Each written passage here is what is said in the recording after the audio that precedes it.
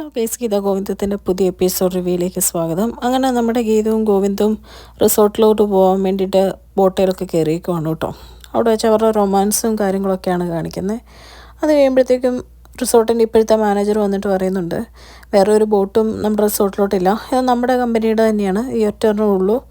ഇപ്പം കപ്പിൾസൊക്കെ കുറവാണ്, ഓണമല്ലേ, ഓണം കഴിയുമ്പോഴത്തേക്ക് നല്ല തിരക്കാണ്, നിങ്ങൾക്ക് വേണ്ടി ഉള്ള എല്ലാ കാര്യങ്ങളും ചെയ്തു വെച്ചിട്ടുണ്ട്, ഓണം ആയതുകൊണ്ട് സെലിബ്രേഷനൊക്കെ ഉണ്ടാവും, അജാസ് അത് പ്രത്യേകിച്ച് വിളിച്ച് പറയുകയൊക്കെ ചെയ്തു എന്ന് പറയുകയാണ് കേട്ടോ.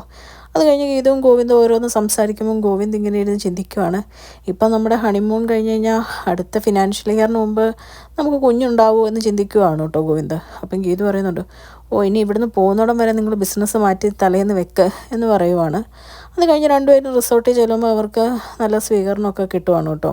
അത് കഴിയുമ്പോൾ ഗീത പറയുന്നുണ്ട്, നമുക്ക് ഇവരോട് അത്തപ്പൂവൊക്കെ ഇടാൻ കൂടാന്ന് പറഞ്ഞ് അത്തപ്പൂവൊക്കെ ഇടാൻ കൂടുന്നുണ്ട്. അത് കഴിഞ്ഞ് ചെറിയൊരു ഓണ സെലിബ്രേഷനും സദ്യ കഴിക്കലോ ഊഞ്ഞാലാട്ടോ മത്സരവും അങ്ങനെ കുറേ കാര്യങ്ങളായിട്ട് അവർ ആ റിസോർട്ടിൽ എൻജോയ് ചെയ്യുവാണ് കേട്ടോ.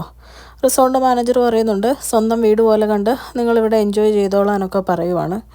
അത് കഴിയുമ്പോഴത്തേക്കും നമ്മുടെ ഗീതവും ഗോവിന്ദും കൂടെ ബോട്ടയിൽ തിരിച്ച് കയറി ബോട്ടയിൽ കായലിൽ കൂടെ ഒന്ന് കറങ്ങാൻ വേണ്ടി പോവാണ് കേട്ടോ. അങ്ങനെ പോകാൻ നേരത്ത് ഗോവിന്ദ് ഇങ്ങനെ മീൻ പിടിച്ചുകൊണ്ടിരിക്കുവാണ്. അപ്പോഴേക്കും ഗീത പറയുന്നുണ്ട്, ഞാൻ ചൂണ്ടയും മീൻ കൊത്തൊന്നും കാണാൻ നിൽക്കുന്നില്ല, പോവാന്ന് പറഞ്ഞ് പോവാണ് കേട്ടോ, ഒരു നോട്ടമൊക്കെ ഗോവിന്ദിനെ നോക്കിയിട്ട്. അപ്പോൾ ഗോവിന്ദ് പെട്ടെന്ന് ചൂണ്ട മാനേജറിനെ കൊടുത്തിട്ട് വരാണ്, ഞാനും എന്നാൽ പോവുക എന്ന് പറഞ്ഞ് പയ്യെ പോവാണ് കേട്ടോ. അങ്ങനെ മുറിയിലോട്ട് ചെല്ലുമ്പോഴത്തേക്കും ഗീതുവിനെ കണ്ടു കഴിയുമ്പോഴത്തേക്കും ഗോവിന്ദ് പറയുന്നുണ്ട്, ഇത്രയും നേരം ഉണ്ടായിരുന്ന റൊമാൻസ് അല്ലല്ലോ, ഇനി നമുക്ക് വേറൊരു ടൈപ്പ് റൊമാൻസിലോട്ട് കിടക്കാമെന്ന് പറഞ്ഞ് രണ്ടുപേരും കെട്ടിപ്പിടിച്ച് പയ്യെ ഹണിമൂണൊക്കെ സ്റ്റാർട്ട് ചെയ്യാൻ വേണ്ടി തുടങ്ങുമ്പം വാതിൽ വന്ന് മാനേജർ മുട്ടുവാണ് കേട്ടോ.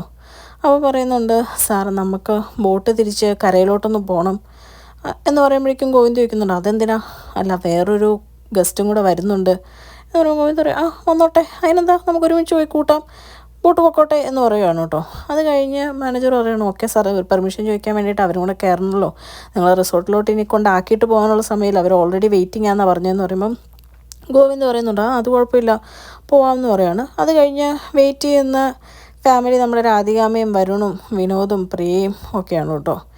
അപ്പോഴത്തേക്കും വിനോദിൻ്റെ ഫ്രണ്ടിനോട് യാത്ര പറഞ്ഞ് പ്രിയയും കൂട്ടിക്കൊണ്ട് പോരുവാണ്. ഓൾറെഡി നമ്മുടെ കാഞ്ചനയും ബാക്കി എല്ലാവരും അവിടെ ഉണ്ട് കേട്ടോ. അപ്പോൾ കാഞ്ചന പറയുന്നുണ്ട്, എല്ലാവരും കപ്പിൾസായിട്ടാണ് വന്നേക്കുന്നത്, എനിക്കും മാമിക്കും മാത്രം കപ്പിൾസ് ഇല്ല എന്ന് പറയുമ്പോൾ രാധി പറയുന്നുണ്ട്, എന്നാൽ നീ ഒരു കാര്യം ചെയ്യുക, നീ ആരെങ്കിലും കൂട്ടിക്കോ ഒരു ചേഞ്ചിനെന്ന് പറയുമ്പോഴത്തേക്കും തിരിച്ച് കാഞ്ചന പറയാണ്, അപ്പോൾ രാധിക മാമി ഒറ്റയ്ക്കാവുമല്ലേ, രാധിക മാമിക്ക് ചേഞ്ചിന് ആരെങ്കിലും വേണ്ടതെന്ന് ചോദിക്കുമ്പോഴത്തേക്കും രാധികയ്ക്ക് ഭയങ്കരമായിട്ട് ദേഷ്യം വരുവാണ് കേട്ടോ. രാധിക പറയുന്നുണ്ട്, നീ മിണ്ടാതെ അവിടെ ഇരുന്നോ എന്ന് പറയുവാണ്.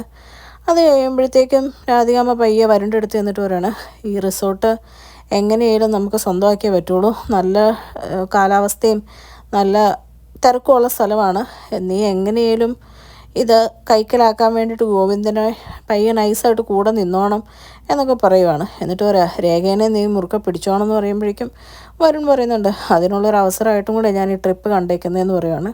കഴിഞ്ഞ് ബോട്ട് എത്തുമ്പോഴത്തേക്കും നമ്മൾ രാധികാമ്മ പറയും, എത്ര നേരമായിട്ട് ഇവിടെ വെയിറ്റ് ചെയ്യുക എന്ന് പറയുമ്പോഴത്തേക്കും മാനേജർ പറയുന്നുണ്ട്, സോറി മാം, വേറൊരു ഗസ്റ്റും കൂടെ ഉണ്ടായിരുന്നു, അതുകൊണ്ടാണെന്ന് പറഞ്ഞാൽ എല്ലാവരും ബോട്ടിലൊക്കെ കയറി ഇങ്ങനെ ഇരുന്ന് എൻജോയ് ചെയ്യുവാണ് കേട്ടോ. എൻജോയ് ചെയ്യാൻ നേരത്ത് രേഖയുടെ ചേർന്ന് പറ്റിപ്പിടിച്ച് വരുണും നടക്കുന്നുണ്ട്, രേഖേനെ സോപ്പിട്ട്.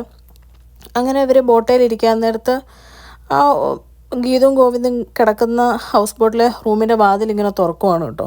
അവരേതാ ഗസ്റ്റ് എന്നറിയാൻ വേണ്ടി തുറക്കുന്നതാണ്. അപ്പോഴത്തേക്കും നമ്മുടെ രാധികാമ്മ പെട്ടെന്ന് ഈ വാതിൽ തുറക്കുന്നുണ്ട്, പയ്യെ തലതിരിച്ച് ആ വാതിലിനെ അങ്ങോട്ട് നോക്കുന്നത് കാണിച്ചുകൊണ്ടാണ് കേട്ടോ ഇന്നത്തെ എപ്പിസോഡ് അവസാനിക്കുന്നത്. ചാനൽ ഇഷ്ടപ്പെട്ട് കഴിഞ്ഞാൽ ലൈക്ക് ചെയ്യാനും സബ്സ്ക്രൈബ് ചെയ്യാനും കമൻറ്റ് ചെയ്യാനും മറക്കരുത്. Thank you.